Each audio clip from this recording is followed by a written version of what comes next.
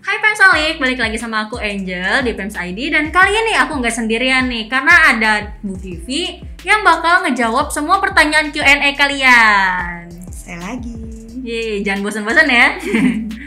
Oke, mungkin langsung ke pertanyaan pertama aja nih. Apa mau nanti dulu? Pertanyaan pertama langsung aja ya, gas ya. Oke, langsung di pertanyaan pertama dari jarang keluar. Aduh, jarang keluar. Jarang keluar, jadi seringnya di dalam ya. Kak, rekomendasi laptop i3 SSD dong di harga 6,5 juta. Ada nggak tuh? Ada nggak ya? Sebenarnya ada, tapi mungkin ketersediaannya udah nggak banyak lagi karena memang iya. Kalau yang sekitar 6,5 juta itu biasanya dapetnya di yang layarnya masih HD, SSD-nya masih 256, i3 10 Gen itu kayaknya masih ada deh. IdeaPad F1 ID itu salah satunya. Terus ada juga Aspire 31QE itu juga 6-an, tapi kalau Acer Aspire masih hard disk. Oh gitu, belum SSD ya? Belum, yang SSD kayaknya F1 ID itu masih. Oke, tapi itu udah i3 ya? Itu udah i3 generasi ke 10 juga? 10. Oke, jadi nggak kentang lah ya ibaratnya. Enggak dong, nggak kentang. Cuman saran sih kalau prosesornya sudah bisa i3, better RAM-nya di-upgrade ke 8. Jadi biar nggak bottleneck nanti di RAM-nya doang ya. Soalnya performance dari prosesornya udah mumpuni.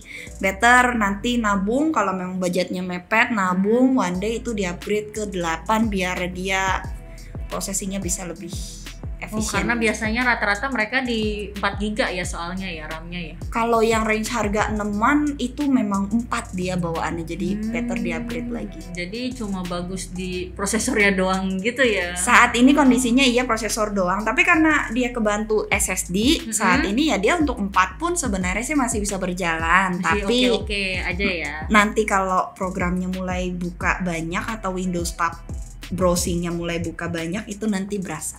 Oh, di multitaskingnya ya berarti ya masalahnya ya. Yes, betul. Oke, lanjut nih. Dari Fanly, L-nya ada 3. Fanly. Rekomen laptop 5-7 juta, size 15,6 inci yang benar-benar top. Apa tuh, Min? 5-7 juta, tapi yang 15 inci. Ada nggak ya? Ada sih. Kayak, tapi untuk range 5-an dapetnya mungkin paling banter A4 AMD. Asus. Ya, AMD A4 ada di Asus tuh yang M509BA itu ya, itu sekitar 5,5-an lah harganya.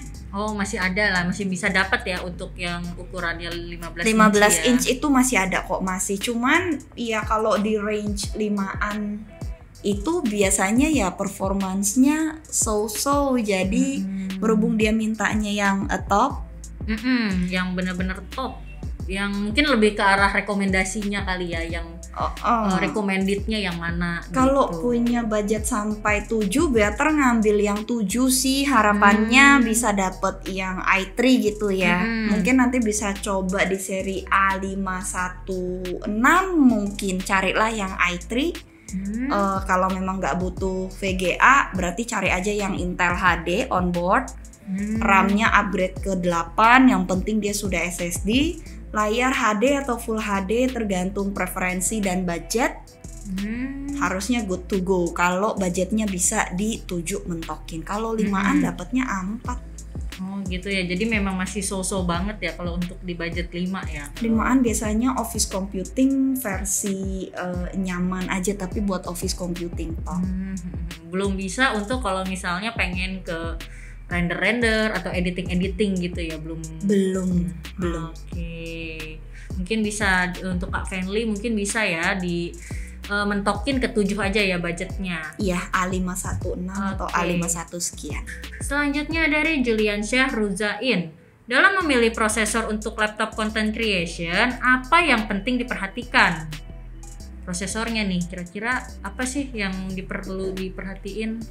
Sebenarnya tergantung content creation yang dibuat, wujudnya apa. Mm-mm. Ada yang video, ada yang foto ada yang video dan foto. Mm-mm. Kalau yang foto doang, sepertinya sih start from i3 Udah bisa ya? kalau udah untuk bisa. foto. Intel HD pun on board. Kalau foto yang layernya jangan beratus-ratus ya, Oh iya. yang simple aja, Mhm. itu harusnya sudah mumpuni start from i3 dengan Intel HD. Tapi kalau content creation yang melibatkan video, Mm-mm. nah saat itulah kita biasanya perlu explore videonya yang dibuat sepanjang apa, footage yang akan dimasukkan, maksudnya itu yang akan dimasukkan itu durasinya sepanjang apa, karena itu nanti pengaruh kan di proses render. Mm-mm. Yang jelas apapun itu kalau content creation kalian perlu SSD.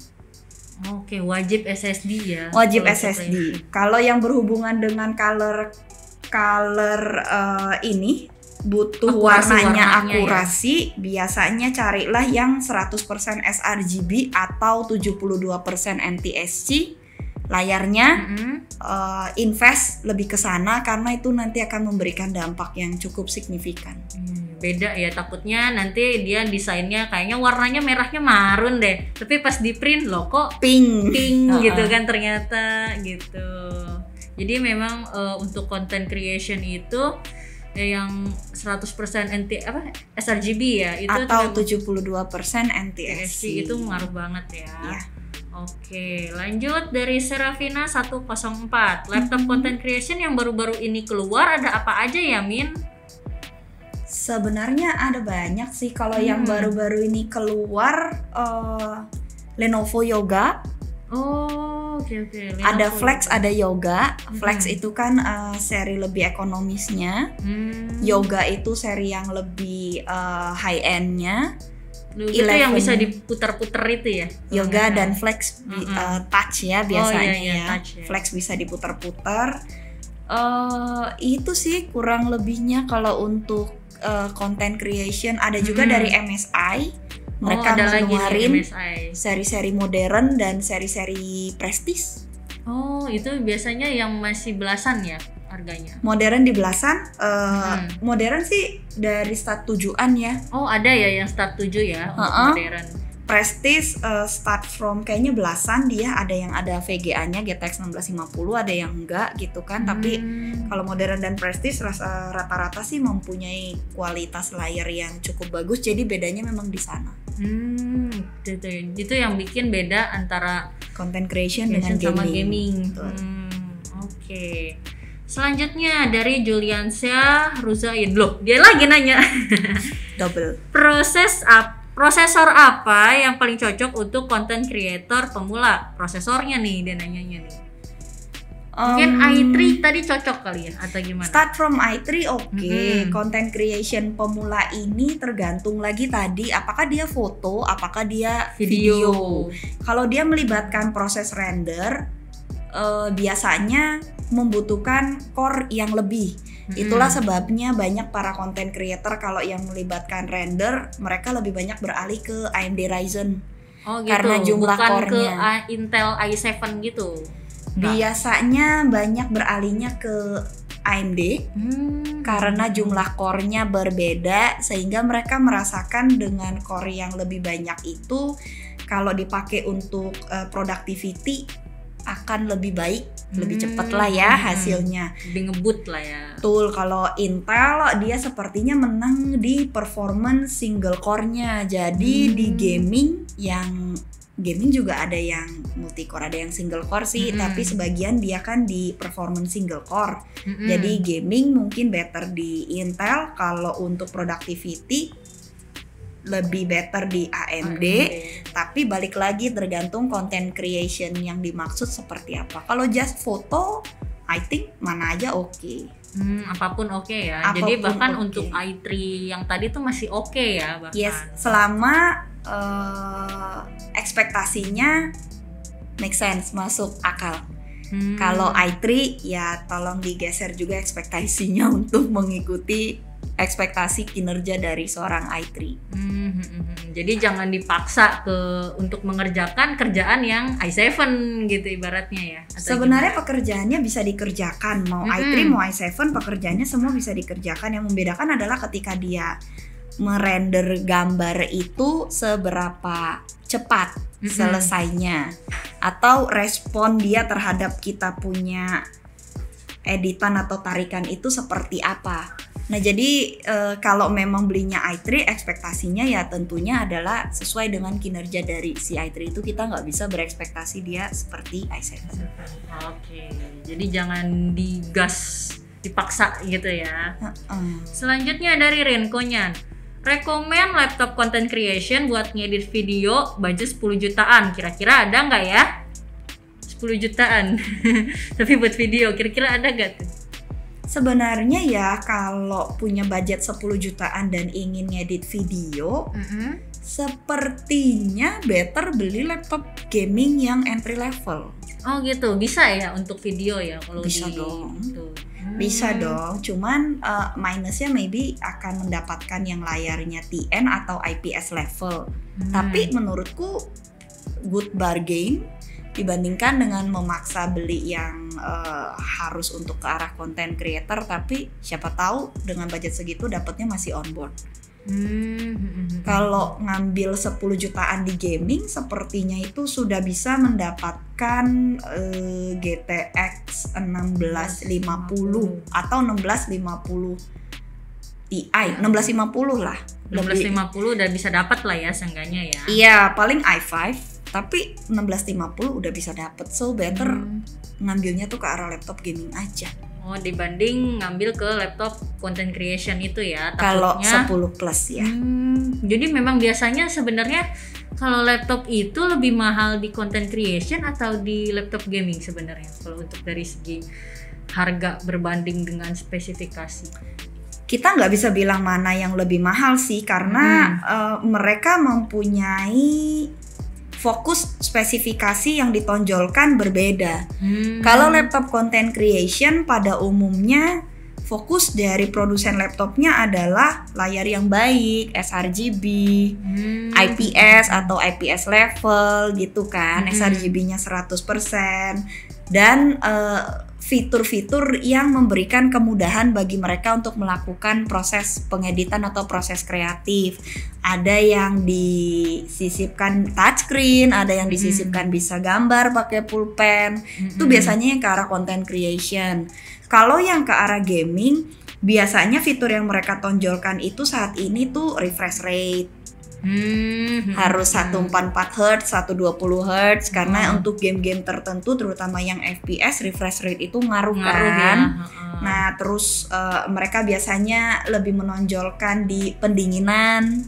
Oh iya. Karena betul, karena kalau untuk laptop gaming saat ini masih bisa ditoleransi untuk tingkat ketebalan tertentu. Sementara kalau content creation umumnya mereka menginginkan laptop yang lebih tipis, ramping, lebih stylish, biar bisa dibawa-bawa kemana-mana ya. Tuh, lebih mobile gitu kan, tinggal ditutup good to go, dan baterai yang panjang, yang lama. Sementara laptop gaming hanya di segmen tertentu yang bisa menyediakan kemudahan itu.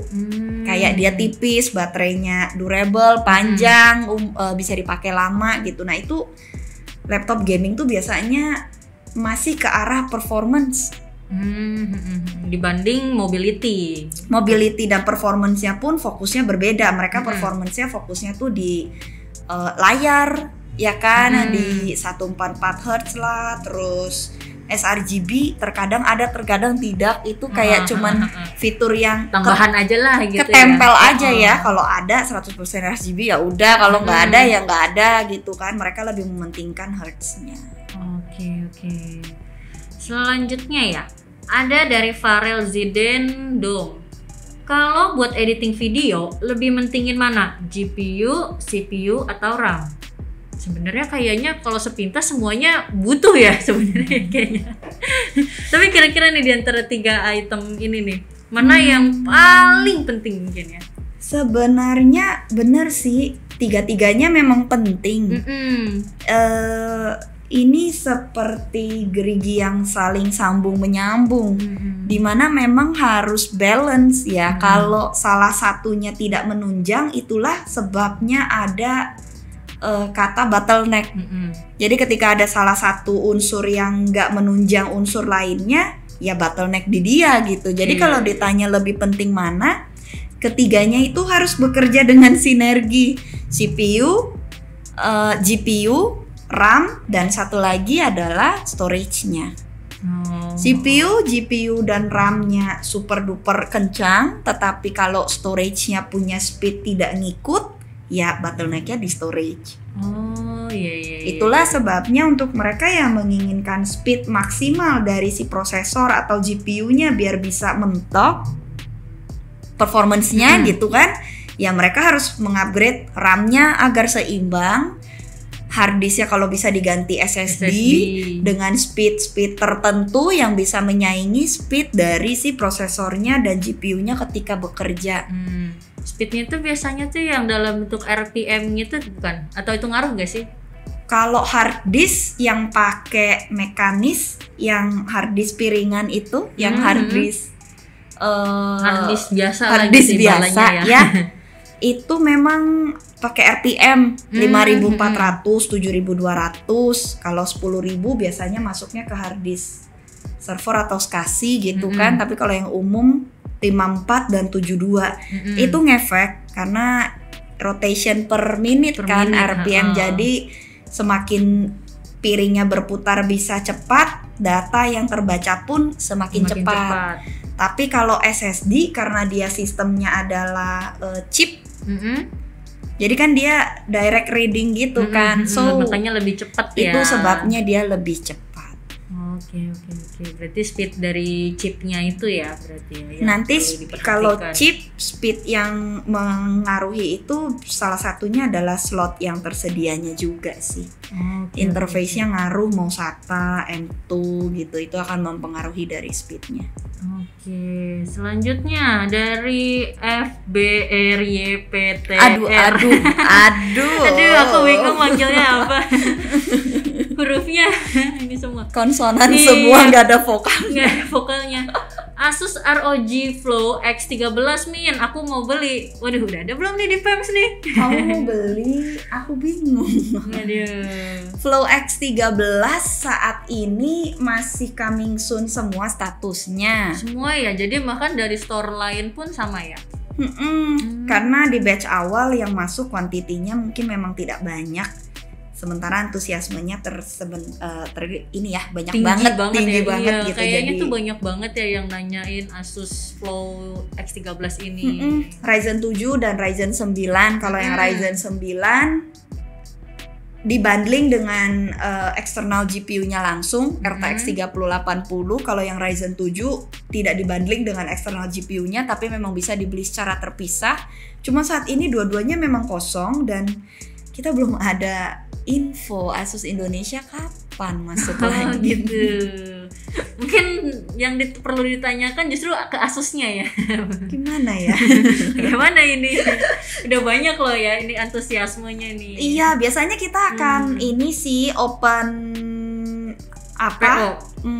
Kalau kita sudah dapat informasi ada landing time-nya, kita akan open PO. Tapi kalau belum ada landing time-nya, kita belum berani open PO karena kita khawatir ternyata kosong. Nggak tahu kapan masuk ya, kasihan yang sudah menanti. Iya. Nungguin kok laptopnya nggak datang ya udah sebulan. Iya, gitu. kasihan kan yang nyampe gitu ya. Oke, jadi mungkin untuk KFBRYPTR sabar dulu ya. Oke, ini nggak kerasa nih kita udah ke pertanyaan terakhir dari Zarfanur Rashid. Yang convertible dan udah Intel i7 generasi terbaru, itu laptop apa ya? Kayaknya banyak gak ya? Banyak sih, si Flex termasuk convertible dan ada 11 gen-nya, Flex 5. i7-nya kalau aku nggak salah start from 15-an. Oh, 15-an. Itu udah ada kok i7 yang 11 gen, Vega-nya Iris Xe-nya itu ya. Terus 15-an setauku Dan dapat. itu convertible juga ya? Yoga yang bisa dilepit. Oh iya, yang bisa dilipet-lipet gitu ya. Yang bisa dilepit-lepit. Kalau nyarinya yang cuman touch, MSI Summit pun ada. Oke. MSI Summit B14, B15 itu sudah touch tapi dia nggak bisa nggak convertible gitu lah ya, nggak bisa diputar 360 derajat. Nggak gitu. bisa yang 10 mode atau apa mode gitu dia nggak bisa. Oke. Nih ternyata kita tadi udah di pertanyaan terakhir ya. Mungkin saatnya kita tutup dulu nih sesi Q&A-nya. Udah. Oke, makasih banyak loh buat Bu Vivi yang udah membantu ngejawabin semua pertanyaan-pertanyaan dari Pemsoli. Sama-sama. Semoga bisa membantu ya untuk menentukan opsi yang terbaik yang cocok untuk kalian semua.